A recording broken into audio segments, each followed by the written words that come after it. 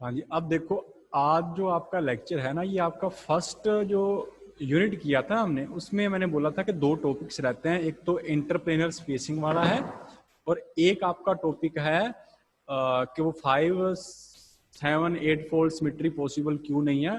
वो कुछ इतना ज़्यादा इंपॉर्टेंट नहीं है एज कम्पेयर टू इस टॉपिक के, ये ज़्यादा इंपॉर्टेंट है। 8 मार्क्स में क्वेश्चन CDLU में तो बहुत बार आया हुआ है ये वाला क्वेश्चन, ठीक है। तो इसलिए आज हमने सिर्फ ये एक ही क्वेश्चन करना है और बाद में फिर नेक्स्ट जो है, नेक्स्ट लेक्चर के अंदर आपका नेक्स्ट जो यूनिट है वो शुरू करेंगे, ठीक है। तो अब देखो इसके अंदर क्या है, टॉपिक है आपका इंटरप्लेनर स्पेसिंग। अब इंटरप्लेनर स्पेसिंग होती क्या है, जैसे उस दिन भी हमने जैसे सपोज करो ये लेटेस्ट पॉइंट्स हैं, अब आप पॉइंट्स से तो फेमिलियर हो ही, ये पॉइंट्स क्या चीज होती है, ठीक है। अब इन पॉइंट्स को मिलके इनके ऊपर हमने एटम्स प्लेस करने होते हैं, उसके बाद में वो हमारा क्रिस्टल स्ट्रक्चर क्या हो जाएगा, फॉर्म हो जाएगा। तो अब मान के चलो ये कोई आपके पास प्लेन है, ये आपका फर्स्ट प्लेन है, ठीक है, ये आपका सेकंड प्लेन है और ये एक दूसरे के ऊपर इस तरह से प्लेस कर रखे हैं, ये नीचे वाला है और ये आपका अपर प्लेन है। इन दोनों के अंदर जो डिस्टेंस है उसको बोलते हैं इंटरप्लेनर स्पेसिंग। और आज हमने वो स्पेसिंग क्या है उसके लिए एक्सप्रेशन फाइंड करना है, एंड ऑल्सो इसके लिए जो इसका न्यूमेरिकल है ना बच्चे, वो बहुत इंपॉर्टेंट है। दैट इज द न्यूमेरिकल, इस केस के अंदर जो है वो इंपॉर्टेंट है। डायरेक्टली आपको इंटरप्लेनर स्पेसिंग का अगर फॉर्मूला आता है तो न्यूमेरिकल आपने सॉल्व करना है, ठीक है। अच्छा, अब इसमें देखो, अब है क्या, इसमें आपने बच्चे 3 एक्सिस कंसीडर करनी है। ये वाली मेरे पास है एक्स एक्सिस, ये वाली वाई है और ये वाली मेरे पास कौन सी एक्सिस आ गई, जेड एक्सिस आ गई। अब ये तीनों एक्सिस एक दूसरे के परपेंडिकुलर हैं। उसके बाद में आपने यहाँ पे ना 2 प्लेन्स कंसीडर करने हैं। एक तो वो प्लेन जो इस ओ से क्रॉस कर रहा है, बिल्कुल सेंटर से क्रॉस करेगा, that is the consider 2 parallel plane, one passing through O, जो ओ से पास होगा एक वो, ठीक है, और एक वो जो इस प्लेन के बिल्कुल पैरेलल होगा। अब बच्चे ये जो डायग्राम मैंने यहाँ पे फर्स्ट डायग्राम है ना आपका, ये 2D डायग्राम है और ये आपने एग्जाम के अंदर ड्रॉ नहीं करना, ये जस्ट अंडरस्टैंडिंग के लिए है। आगे एग्जाम में जो ड्रॉ करना है वो नेक्स्ट आपका है, वो आपने ड्रॉ करना है। ये जस्ट आपकी अंडरस्टैंडिंग के लिए है कि जो दो आपने प्लेन ड्रॉ करने, अगर आप 2D पे ड्रॉ करोगे ना तो ये आप कंसीडर कर लो, मैं इसको राइट कर रहा हूँ विद ब्लू कलर, कि ये जो आपका है ये आपका फर्स्ट प्लेन है जो ओ से पास हो रहा है सेंटर से। अब इसके पैरेलल आपने एक प्लेन और कंसीडर कर लिया, लेट अस से कि वो आपका ग्रीन कलर के अंदर है। ये आपका प्लेन जो है वो आपके बिल्कुल इसके क्या है, पैरेलल है। अब इन दोनों के अंदर जो डिस्टेंस है हमने वो फाइंड करनी है, ये अपना क्वेश्चन है, ठीक है। तो ये जस्ट आपकी अंडरस्टैंडिंग के लिए है कि ये और इन दोनों के अंदर जो डिस्टेंस है वो यहाँ पे लिखी हुई है डी, ये आपका क्या है, डी है, और ये आपकी क्या है, that is your interplanar spacing, that is the interplanar spacing. और ये हमने फाइंड करनी है कि आपकी इंटरप्लेनर स्पेसिंग जो है वो क्या होगी, ठीक है।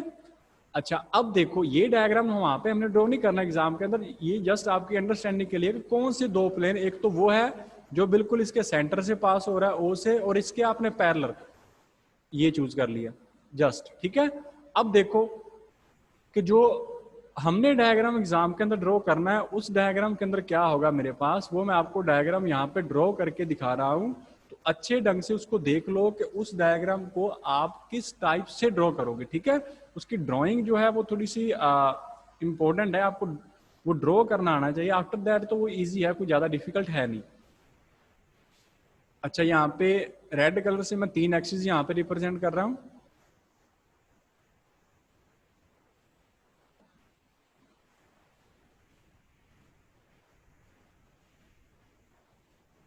ये आपके पास 3 एक्सिस होगी। सपोज कर लो इनमें से जो आपके पास एक्स एक्सिस है वो आप कंसीडर कर लो कि ये वाली मेरे पास एक्स एक्सिस है, ये वाली मेरे पास वाई है, और ये वाली मेरे पास कौन सी एक्सिस है, जेड है। अब हमने 2 प्लेन कंसीडर करने थे, ठीक है बच्चे। एक तो वो जो आपका कहां से पास हो रहा है, दैट इज पासिंग थ्रू, किसके थ्रू पास हो रहा है, ओ से, जो आपकी ओ है इसका सेंटर जो है इसके थ्रू पास हो रहा है। वो हमने यहाँ पे शो नहीं करना फिगर के अंदर, हमने बस उसके जो पैरेलल प्लेन है ना वो शो करना है, और उस पैरेलल प्लेन का हमने नेम देना है ABC, उसका क्या होगा, नेम होगा। अब वो पैरेलल प्लेन क्या है वो मैं ड्रॉ कर रहा हूँ विद द ब्लू लाइंस के साथ ड्रॉ कर रहा हूँ। तो मान के चलो वो कुछ इस टाइप का प्लेन है आपका,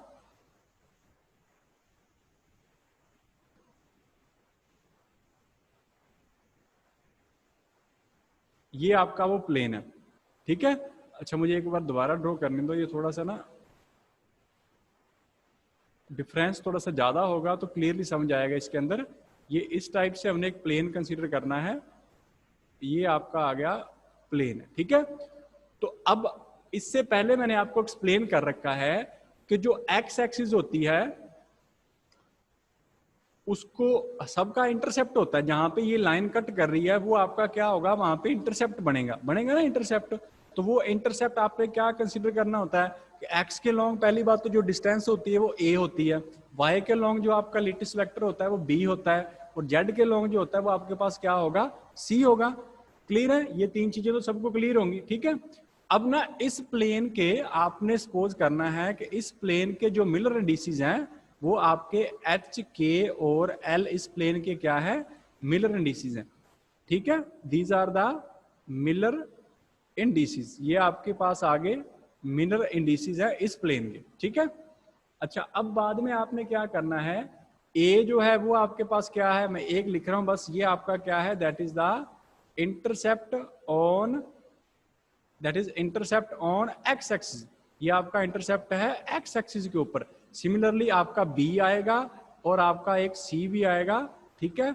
वो किसके ऊपर आएगा, बी जो है वो आपकी कौन सी एक्सिस होगी, वाई एक्सिस होगी, और जो आपके पास सी होगा वो कौन सी एक्सिस के ऊपर होगा, वो होगा आपके पास जेड एक्सिस के ऊपर। तो यहाँ मिलर इंडिसेस हो गया, ये आपके पास ए बी सी ये चीजें होगी, ठीक है। अब जो नेक्स्ट है वो देखो इसके अंदर क्या है मेरे पास। अब जो बच्चे यहाँ पे नेक्स्ट है ना, वो हमने ये इनको नेम भी देना है, दैट इज ये ए है, ये मेरे पास बी है, और ये मेरे पास क्या है, सी है, ठीक है, ए बी एंड सी। अच्छा अब हमने ए बी और सी के कोऑर्डिनेट्स क्या हैं वो फाइंड करने हैं। तो इसके लिए आपको जब मैंने मिलर इंडिसेस करवाए थे तब आपको मैंने एक फॉर्मूला करवाया था कि बच्चे इसको याद कर लेना, h ratio k ratio l is equal to a divide by o a ratio b divide by O b ratio c divide by o c. यहाँ पे ओ ए ओ बी ओ सी ये आपके पास क्या है, आप कह सकते हो ये आपके इंटरसेप्ट है एक्स और वाई एक्सिस के ऊपर, जो कि यहाँ पे हमने ए बी और सी कंसीडर कर रखे हैं, ठीक है। यहाँ पे ना वैसे आई थिंक ये इंटरसेप्ट मत लिखना, ये आप इसको ए बी और सी जो है वो आप लिख लेना, that is the lattice vector in x axis, इसको सही कर लेना। आई थिंक मैंने इसमें इंटरसेप्ट लिख दिया, इसको इंटरसेप्ट मत करना, ये आपके पास बच्चे इसको थोड़ा सा ना सही कर लेना, ठीक है। ये इंटरसेप्ट मत लिखना, ये आपके पास क्या है, that is the lattice vector है आपके पास, that is the lattice vector आएगा ये आपके पास, ठीक है। किस एक्सिस के अंदर, एक्स के अंदर, ये वाई के अंदर और ये जेड के अंदर। यहाँ आपने सिंपल लिखना है, दैट इज द यूनिट जो आपके पास होगी ना, that is the axis length of the जो आपके पास क्यूब है या जो भी हमने ये सिस्टम कंसीडर कर रखा है उसकी लेंथ इन एक्स एक्सिस क्या है, ए है, लेंथ इन वाई एक्सिस वो बी है, लेंथ इन जेड एक्सिस वो आपके पास क्या है, सी है, और जो इंटरसेप्ट होगा वो भी आपके पास ओ ए ओ बी और ओ सी होगा, ऐसा ही होता है, ठीक है। तो अब ये हमें अब ये नहीं पता कि ये ओ ए है या ओ बी है, ये किस टाइप से होगा। तो अब यहाँ पे देखो, अब इसमें से मैं एक चूज कर रहा हूं कि एच किसके इक्वल आ गया, वो ए डिवाइड बाय ओ ए आ गया। तो अगर मैंने ओ ए फाइंड करना है कि उसके यूनिट जो उसकी वैल्यू क्या होगी, तो वो क्या आएगा, ए डिवाइड बाय एच आएगा ना बट्टी, जो मेरे पास टोटल ओ ए है वो ए डिवाइड बाय क्या आएगा, एच आएगा। तो इसका मतलब इस पॉइंट की जो वैल्यू है वो ए डिवाइड बाय एच आएगी। अब ये एक्स के ऊपर है तो वाई और जेड की वैल्यू फिर बच्चे क्या आएगी, that is equal to zero. Total मेरे पास वैल्यू जो आएगी वो आएगी जीरो। क्लियर है, इसमें कोई कंफ्यूजन तो नहीं है, ए डिवाइड बाय एच ये दोनों वैल्यूज मेरे पास हैं जीरो जीरो, ठीक है। अच्छा अब सिमिलरली अगर आप k is equal to b divide by O B करोगे, ओ बी यहाँ पे इंटरसेप्ट है, b आपका लेटिस पैरामीटर है इन y एक्सिस। इसको करेक्ट कर लेना बच्चे, मैंने रिटर्न के अंदर ही थोड़ा सा इसको गलत लिख दिया, बाय चांस इंटरसेप्ट लिखा गया वहां पे, वो आपका लेटिस वेक्टर होगा वाई एक्सिस के अंदर, ठीक है, जो हमने पहले से किया हुआ है। तो यहाँ से अगर ओ बी फाइंड करोगे तो वो क्या आएगा, बी डिवाइड बाय के आ गया ना। तो अगर ओ बी का आपने यूनिट वेक्टर फाइंड करना है तो बच्चे ओ बी की कोऑर्डिनेट्स, तो एक्स की वैल्यू तो 0 होगी, वाई की वैल्यू क्या है, बी डिवाइड बाय के, और जेड भी इस पे 0 होगा, 0 होगा ना, क्योंकि ये वाई एक्सिस है, तो एक्स और जेड की वैल्यू 0 होगी, ओनली वैल्यू बचेगी वाई की। तो ये आपके पास आ गया बी डिवाइड बाय के। अच्छा, सिमिलरली अगर इसका फाइंड करोगे तो इसका कोऑर्डिनेट क्या आएगा, एक्स भी 0 है, वाई भी 0 है। अब जेड की वैल्यू क्या आएगी, वो आपके पास आएगी सी डिवाइड बाय एल। इसमें से किसी बच्चे को कोई प्रॉब्लम है तो बच्चे अभी बता दो कि ए क्या है, बी क्या है, सी क्या है। ये आपके पास लेटिस वेक्टर्स हैं, लेटिस पैरामीटर्स हैं, लेटिस कांस्टेंट कह लो इनको, इन एक्स वाई एंड जेड, ना कि इंटरसेप्ट है। इंटरसेप्ट आपका ओ ए, ओ बी और ओ सी आपका इंटरसेप्ट है, जैसा हमने पहले किया था ना मिलर इंडिसेस के अंदर, ये वैसा ही है, बस थोड़ा सा रिटर्न के अंदर ये मैंने इसको इंटरसेप्ट लिख दिया इसको, ठीक है, हो जाएगा ना, इसको सही कर लेना थोड़ा सा, ठीक है। अच्छा, अब जो नेक्स्ट है मेरे पास वो क्या आएगा, अब यहाँ पे मेरे पास नेक्स्ट है that is A B C की वैल्यू चलो हमने कर ली। अब जो नेक्स्ट है वो आएगा कि आपने कोऑर्डिनेट्स फाइंड करने हैं, वो मैंने आपको बता दिया कोऑर्डिनेट आप कैसे फाइंड करोगे। अब जो नेक्स्ट चीज है वो क्या है, आप यहाँ पे हमने जो प्लेन, अब दो प्लेन होंगे ना बच्चे यहाँ पे, ये तो ऊपर वाला प्लेन है, अब एक प्लेन इसके नीचे है, वो हमने यहाँ पे ड्रॉ नहीं किया। हम सपोज करते हैं कि वो जो नीचे वाला प्लेन है वो यहाँ से शुरू हो रहा है और यहाँ तक जाएगा, और बाद में ये वाला अपर वाला प्लेन आ जाएगा। अच्छा, इसको थोड़ा सा और लेंथी कर लो, यहाँ से जाएगा और इस पॉइंट पे आ जाएगा, और इसको हमने नेम दे दिया कि ये आपका कौन सा पॉइंट है, एन पॉइंट है, कि ये इतनी लाइन है, एक प्लेन इसके नीचे है, उसके बाद में ये बिल्कुल स्ट्रेट लाइन आएगी, उसके बाद में ये जो हमने ब्लू कलर के अंदर 3 लाइन ड्रॉ कर रखी ना, इस एन के ऊपर है ये वाली तीनों लाइंस, ये प्लेन इस एन के ऊपर है। ये 3D डायग्राम है ना बच्चे, तो थोड़ा सा एक्सप्लेन करना मुश्किल हो रहा है। यहाँ पे आप सिंपल एग्जांपल ले सकते हो, आपके पास 2 बुक्स पड़ी हैं, एक नीचे वाले हैंड पे रखो और एक ऊपर वाले हाथ में उस बुक को पकड़ के रखो। तो जो नीचे वाली बुक है वो हमने यहाँ पे शो नहीं कर रखी, सिर्फ ऊपर वाली शो कर रखी है, जो ब्लू 3 लाइंस के अंदर रिप्रेजेंट कर रखी है। उन दोनों के अंदर जो सीधी डिस्टेंस होगी, परपेंडिकुलर डिस्टेंस, वो हमने यहाँ पे ग्रीन कलर से रिप्रेजेंट किया है, और वो ओ से एन के आगे आपकी डिस्टेंस, इसी को हमने फाइंड करना है। That is the interplanar spacing between the, जो आपका नीचे वाला प्लेन है जो हमने शो ही नहीं कर रखा, और जो ऊपर वाला प्लेन कौन सा है, ए बी सी। क्लियर है बच्चे, कोई कंफ्यूजन है इसके अंदर, ठीक है ना। बस इसमें नोट्स में ये सही कर लेना कि ए आपके पास यहाँ पे लेटिस कांस्टेंट कह लो या लेटिस वेक्टर है एक्स एक्सिस में, ना कि इंटरसेप्ट है, ठीक है, हो जाएगा। अच्छा, अब क्या है, यहां तक कर लिया हमने, अब क्या करना है, आपने इन एन को मैच कर दो सभी के साथ, डॉटेड के साथ, इस एन को सभी एक्सिस के साथ इसको मैच कर दो, एक्स वाई और जेड एक्सिस के साथ। यहाँ पे इस एक्सिस के साथ भी मैच करोगे, ये आपने इसको इस तरह से मैच कर दिया, ठीक है। अच्छा, जो ये एन है ना, इसको मैं अलग कलर से शो कर रहा हूँ, 1 मिनट मुझे इसको कलर चेंज करने दो। ये जो आपकी लाइन है, ये आपका ये पर्पल कलर है, इसके अंदर शो कर रखी है,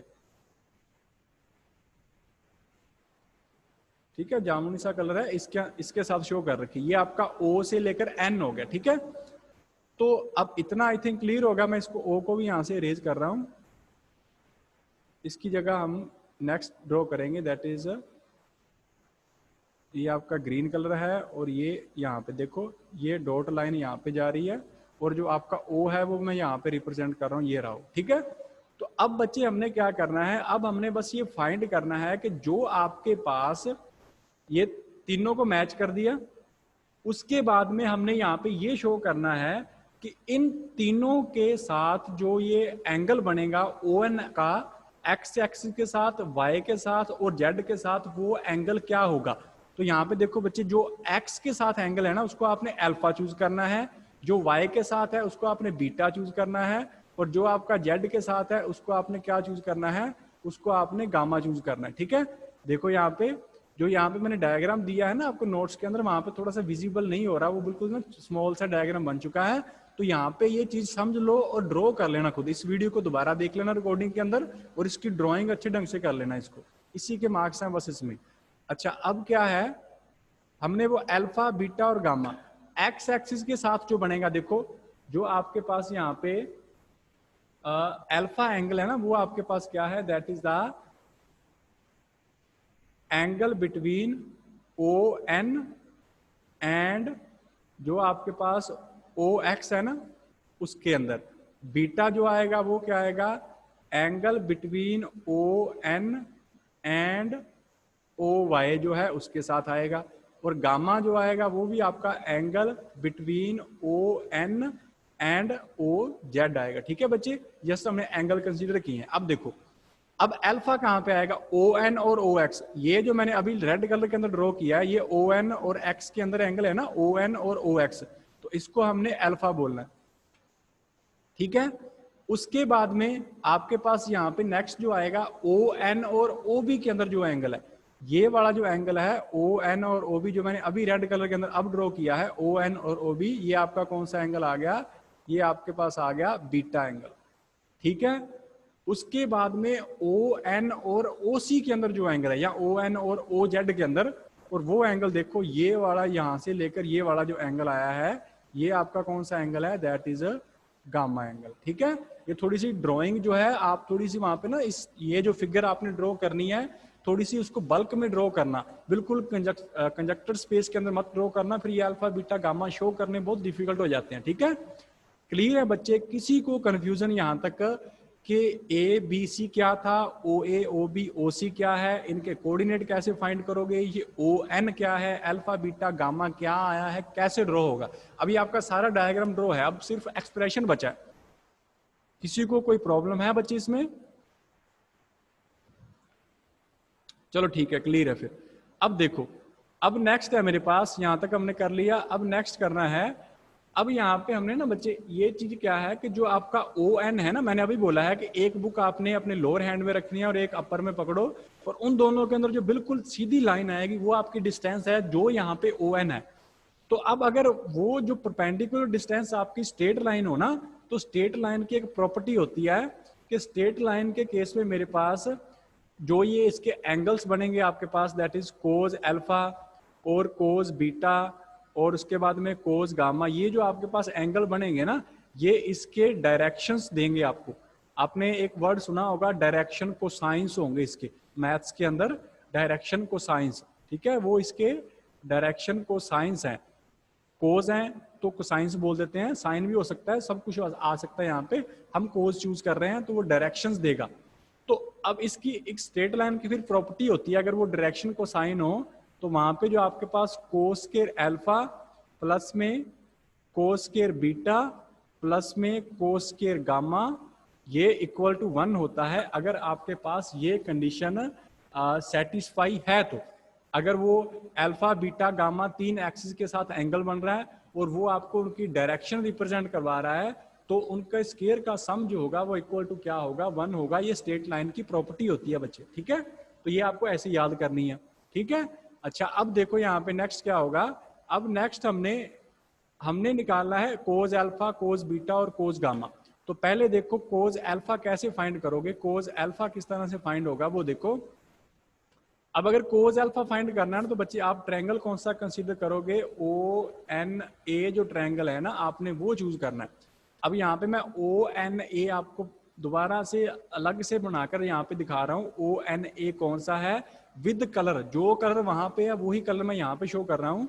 तो फर्स्ट ऑफ ऑल ये आपका आ गया इस तरह से ओ एन है, उसके बाद में ये आपका आ गया एन आ गया, ये आपका ओ आ गया, उसके बाद में रेड लाइन के साथ आपकी है ओ ए तक जा रहा है, रेड लाइन के साथ यहाँ पे ए है, और इस लाइन को हमने किससे रिप्रेजेंट कर रखा है, ग्रीन कलर के साथ। ये आपकी डॉट लाइन से रिप्रेजेंट की थी, ये आपकी ग्रीन लाइन है। तो बच्चे इस फिगर को इस वाली फिगर में से जो बिगर फिगर है ना उसमें से ढूंढ लेना ये कहाँ है, ओ एन और एक्स। और यहाँ पे जो एंगल बन रहा था वो आपके पास क्या था, वो मैं सिर्फ सेम कलर से रिप्रेजेंट कर रहा हूँ, वो आपके पास है एंगल मैंने शो किया था अल्फा।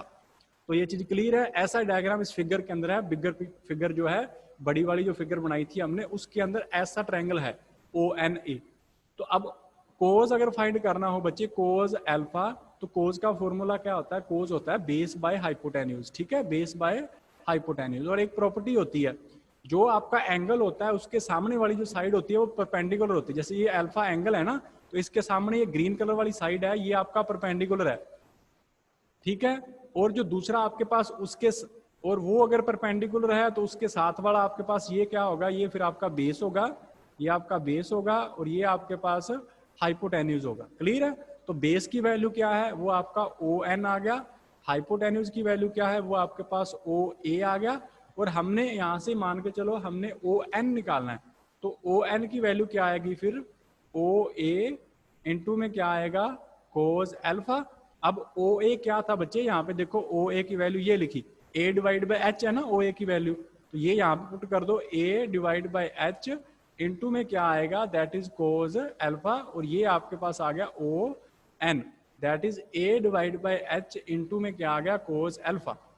क्लियर है बच्चे? ओ एन की वैल्यू किसी को कोई प्रॉब्लम इसके अंदर किस तरह से फाइंड की है, अभी तक कोई प्रॉब्लम है? ठीक है, क्लियर है? तो ये आपके पास ओ एन आ गया, a divide by h into cos alpha. अब इसी तरह से आपने क्या निकालना है, ओ एन निकाल लिया।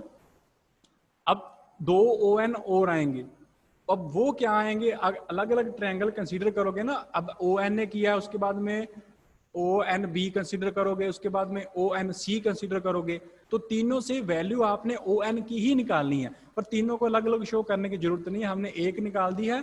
तो इसके विद रिस्पेक्ट टू जो सेकंड और थर्ड वैल्यू आएगी वो मैं डायरेक्ट यहाँ पे लिखवा रहा हूँ। वो वैल्यू देखो डायरेक्टली क्या आएगी मेरे पास।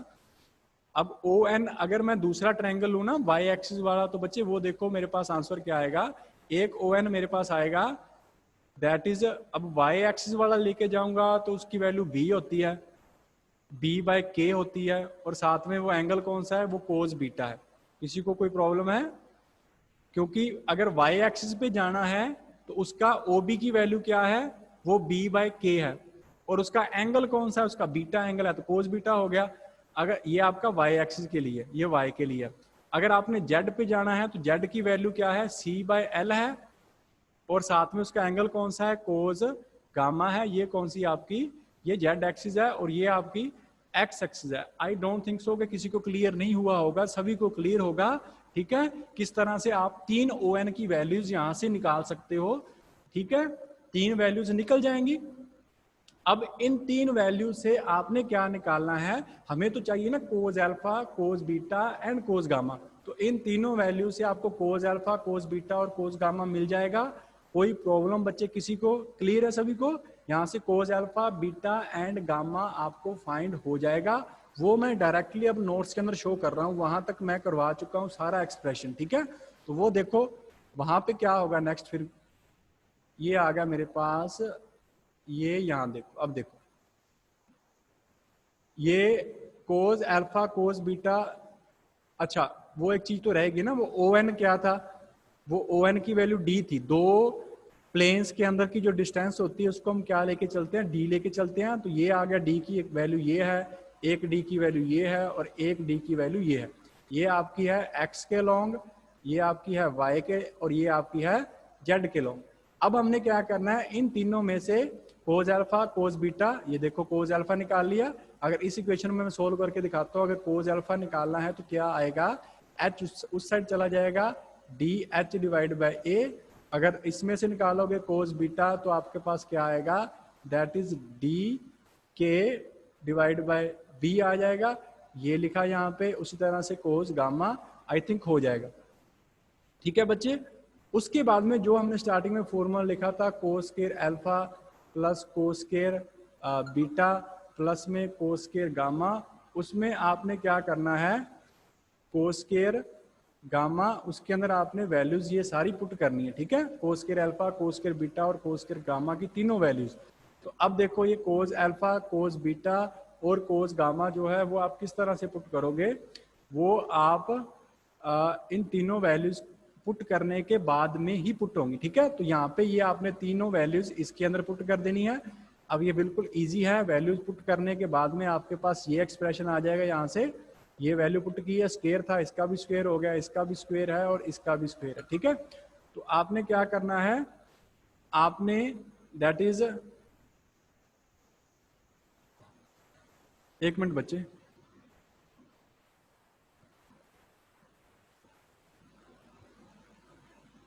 अब इसमें आपने ये सारी तीनों वैल्यूज आपने पुट करनी है, ठीक है। अब ये वैल्यू पुट करोगे तो वैल्यू पुट करने के बाद में डी स्क्वायर तीनों में कॉमन है, डी स्क्वायर मैंने बाहर निकाल लिया, बाकी जो आएगा वो इस ब्रैकेट के अंदर है। हमें क्या चाहिए, हमें तो डी की वैल्यू चाहिए, तो डी स्क्वायर एक साइड कर लिया, 1 डिवाइड बाय ये आपका जो टोटल आएगा वो इस टाइप से आ जाएगा, ठीक है। तो यहाँ से डी कैसे निकलेगा, दोनों साइड रूट कर दो, 1 का रूट तो 1 ही होता है, और नीचे ये आपके पास इक्वेशन आ गई। और ये आपकी इंपॉर्टेंट इक्वेशन है, इसको बोलते हैं interplanar spacing between two planes क्या होगी, वो आपका ये फॉर्मूला है, ठीक है बच्चे। किसी को कोई प्रॉब्लम है इसके अंदर कि ये किस तरह से ड्राइव हुआ है, क्या था, इसको दोबारा देख लेना, बहुत इंपॉर्टेंट क्वेश्चन है। पहले मैंने इसीलिए नहीं करवाया था क्योंकि मुझे अच्छे ढंग से मिल नहीं रहा था, यहाँ से आपके लिए इजी हो जाए समझना, ठीक है। तो इसलिए आज करवा दिया है, इंपॉर्टेंट है, 8 मार्क्स में CDLU में बहुत बार आया हो, KUK में नहीं आया था, मैंने पहले KUK वाले एग्जाम क्वेश्चन पेपर देखे थे, लेकिन ये CDLU में बहुत बार आया हुआ है, तो इसको कर लेना अच्छे ढंग से, ठीक है। अब जो नेक्स्ट है वो है, अगर सिस्टम आपका क्यूबिक है तो क्यूबिक में क्या होता है, ये तीनों जो वेक्टर्स होते हैं, तीनों कांस्टेंट होते हैं, A B C, ये तीनों आपके पास लेटिस पैरामीटर इक्वल होते हैं। तो यहाँ पे A B C equal put करोगे तो ये इक्वेशन क्या आ जाएगी, 1 divide by square root of h square divide by a square plus k square divide by a square plus में l square divide by c square, sorry a square. अब ये a square LCM लो, a square upper चला जाएगा, उसका root है तो a हो जाएगा, ये आपका आंसर आएगा, ये देख लो यहाँ पे लिखा हुआ है, ठीक है, हो जाएगा। आई डोंट थिंक सो कि कुछ ज़्यादा डिफिकल्ट है इसमें, आपने ABC की वैल्यू पुट करनी है और सॉल्व करने के बाद में ये आ जाएगा। एग्जाम में क्वेश्चन कई बार तो यहाँ तक आता है, यहाँ इसके बाद में आएगा कि सिंपल क्यूबिक के लिए बताओ इंटरप्लेनर स्पेसिंग क्या होगी, आप BCC के लिए बताओ क्या होगी, या FCC के लिए बताओ क्या होगी, इनके लिए भी वो वहां पे क्वेश्चन आता है एग्जाम के अंदर, ठीक है। तो यहाँ तक आपका क्यूबिक सिस्टम क्लियर है। अब सिंपल क्यूबिक BCC और FCC जो बचे हैं ना, वो देखो, अब वो उसके अकॉर्डिंग उसको कैसे सोल्व करोगे। यहाँ पे सिंपल क्यूबिक जो है ना, वो तो बच्चे आपका सिंपल है। अब ये चीज उसी बच्चे को समझ आएगी जिसको मिलर इंडिसेस पता है क्या थे, किस तरह से प्लेन ड्रॉ करना है, मैंने ड्रॉ करके दिखाया था, ठीक है। तो पहले तो ये देख लो कि जो आपका 10 प्लेन होता है ना, वो आपका सरफेस प्लेन होता है, दैट इज 10 प्लेन जो है उसको बोलते हैं सरफेस प्लेन। जो आपका 110 प्लेन होता है वो आपका इंक्लाइंड प्लेन होता है। जो आपका 111 प्लेन होता है वो ट्राइंगुलर प्लेन होता है। अब मैं एक एक बार ये ड्रॉ करके दिखा रहा हूँ, ये तीनों प्लेन 100 इसको सरफेस क्यों बोलते हैं, 110 इसको इंक्लाइंड क्यों बोलते हैं, और 111 इसको ट्राइंगुलर क्यों बोलते हैं, आपको फिगर से क्लियर हो जाएगा। अब वो फिगर मैंने नीचे ड्रॉ कर रखी है, मैं उसी के ऊपर ड्रॉ कर रहा हूँ सीधा, ये देखो, ये आपके पास क्यूबिक सिस्टम दे रखा है। अब आपने क्या करना है, आपने प्लेन ड्रॉ करना है। मैं पहले प्लेन बच्चे ड्रॉ कर रहा हूँ यहाँ पे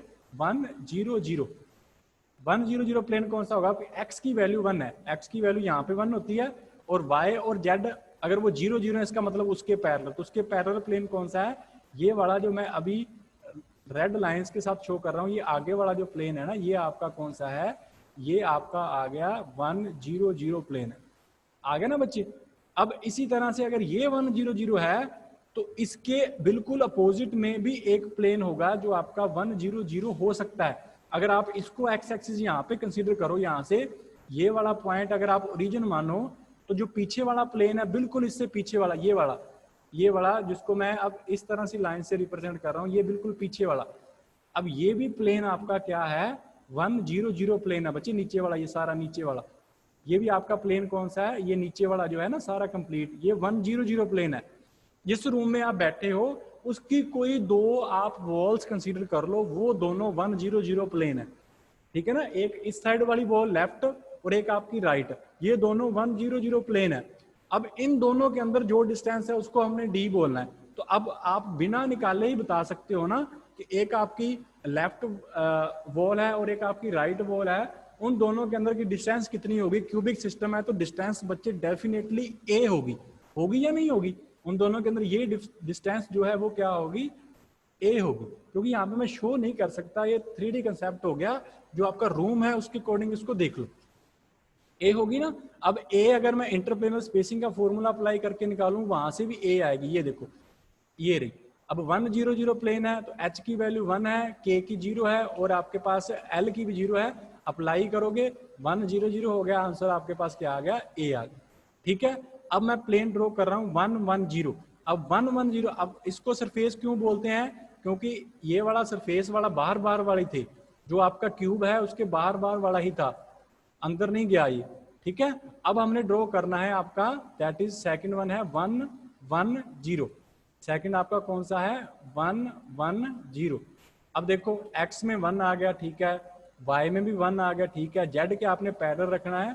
तो ये जो आपका प्लेन होगा, ये अपर वाला जो प्लेन होगा, ये आपका क्या होगा, इसको हम बोलेंगे ये आपका 1 1 0 प्लेन है, ये वाला सेंटर में ये आपका 1 1 0 प्लेन है। अब इसके बिल्कुल अपोजिट कहाँ पे प्लेन हो सकता है, इसके बिल्कुल अपोजिट ये वाली जो आपकी यहाँ पे एक्सिस मिल रही है ना, ये वाली ये एक्सिस मिल रही है, इसके बिल्कुल अपोजिट यहाँ पे पीछे हो सकता है। अच्छा, इसको मैं अलग कलर से रिप्रेजेंट करता हूँ ताकि आपको क्लियर हो जाए। ये प्लेन एक और इसके बिल्कुल पैरेलल कहाँ पे हो सकता है, यहाँ पे हो सकता है, यहाँ पे हो सकता है, ऐसे इसके पीछे, बिल्कुल इसके पीछे इस तरह से, बिल्कुल। तो अब इन दोनों के अंदर हमने डिस्टेंस निकालनी है कि वो मेरे पास डिस्टेंस क्या होगी। तो बच्चे वो डिस्टेंस आप इसको देख के ऑब्जर्व कर सकते हो, डिस्टेंस क्या होगी, वो क्लियरली है कि ये जो डायगोनल आएगा वो आपकी डिस्टेंस होगी। अब ये डायगोनल क्या आएगा मेरे पास, ये हमने डायगोनल देखना कि टोटल डायगोनल की मेरे पास जो यहाँ पे वैल्यू आएगी वो क्या है। देखो यहाँ पे अगर डायगोनल की वैल्यू यहाँ पे निकालोगे तो इन दोनों प्लेन्स के अंदर जो आपकी डिस्टेंस होगी वो मेरे पास क्या होगी। देखो यहाँ पे अगर ए की वैल्यू मेरे पास दे रखी है, ए है, ए दोनों साइड्स हैं, तो यहाँ पे इसकी फिर वैल्यू क्या आएगी, वो वैल्यू आपके पास क्या आएगी, a/√2 आएगी। ठीक है, वो देखो कैसे आएगी, ये मैं बस शो करवा रहा हूँ आपको ताकि आपको कंफ्यूजन ना हो ये चल क्या रहा है। ये देखो यहाँ पे अब 1 1 0 है, h की वैल्यू 1 है, k की 1 है, यहाँ पे पुट करोगे a क्या आ गया, √2। अब सिमिलरली 1 1 1 प्लेन कौन सा होता है, मैं वो शो करवा रहा हूँ एक बार। 1 1 प्लेन कौन सा होगा, ये देखो यहाँ पे आपका पॉइंट आएगा, एक पॉइंट आपका ये है 1, ये आपका 1 है और ये आपका 1 है, इन तीनों को हमने मिलाना है, ट्रायंगल बनेगा। तो इसीलिए इसको कौन सा सरफेस बोलते हैं, ये आपका ट्राईएंगुलर सरफेस होगा। क्लियर है बच्चे, सिंपल है। तो इसकी भी वैल्यू फाइंड करनी है, 1 1 1 है, तो फॉर्मूले के अंदर पुट करो a/√1² 1 square plus 1 square plus 1 square, answer क्या आ जाएगा, a/√3 आ जाएगा। ठीक है, a/√3। क्लियर है बच्चे, किसी को कोई कंफ्यूजन तो नहीं है। तो हमने सिंपल क्यूबिक के लिए कर लिया, अब बीसीसी और एफसीसी वो रहते हैं, ठीक है, वो देखेंगे कल, अगर डिस्कशन करना हुआ तो कर लेंगे, क्योंकि इतनी टाइम से नहीं वो आया। बेसिकली आपको इंटरप्लेनर स्पेसिंग का एक्सप्रेशन फाइंड करना आएगा, ज्यादा से ज्यादा वो सिंपल क्यूबिक के बारे में पूछ सकता है या क्यूबिक के बारे में पूछ सकता है, तो वो एक बार ये कर लो। बाकी कल वाले लेक्चर के अंदर बीसीसी और एफसीसी को भी एक बार डिस्कस कर देंगे, लेकिन ये आपको क्लियर होना चाहिए, अदरवाइज वो नहीं समझ आएगा, वो थोड़ा सा डिफिकल्ट है। ठीक है ना, तो ये आपको क्लियर होना चाहिए, तभी वहां पे आपको समझ आएगी कि ये क्या है। वो सिंपल सा है थोड़ा सा, उसके अंदर ये है कि अब इसमें सिर्फ 2 प्लेन आए थे, वहां पे 3 आएंगे तो इसका हाफ हो जाएगा, वहां पे इसके 2 आएंगे तो इसका भी हाफ वगैरह हो जाएगा, इसका भी हाफ वगैरह, तो अलग अलग तरीके से शो करते हैं, किसी का हाफ हो जाएगा, किसी का 1/3 हो जाएगा, तो वो चलो कल देख लेंगे। एक बार इतना कर लेना। क्लियर है बच्चे, किसी को यहां तक कोई कंफ्यूजन है तो हैंड रेज करो। और दूसरा क्या है, इस इंटरप्लेनर स्पेसिंग का जो बच्चे स्ट्रक्चर था, जो आपका डायग्राम था, वो एक बार दोबारा देख लेना, ताकि आपको ड्राइंग जो है उसकी किस तरह से ड्रॉ करोगे वो क्लियर हो जाए। अगर जिनको डायग्राम क्लियर होता है ना, उसका एक्सप्रेशन कभी नहीं गलत होगा, तो डायग्राम जरूर कर लेना। ठीक है बच्चे, ठीक है, थैंक यू बच्चे, नेक्स्ट फिर कल करेंगे।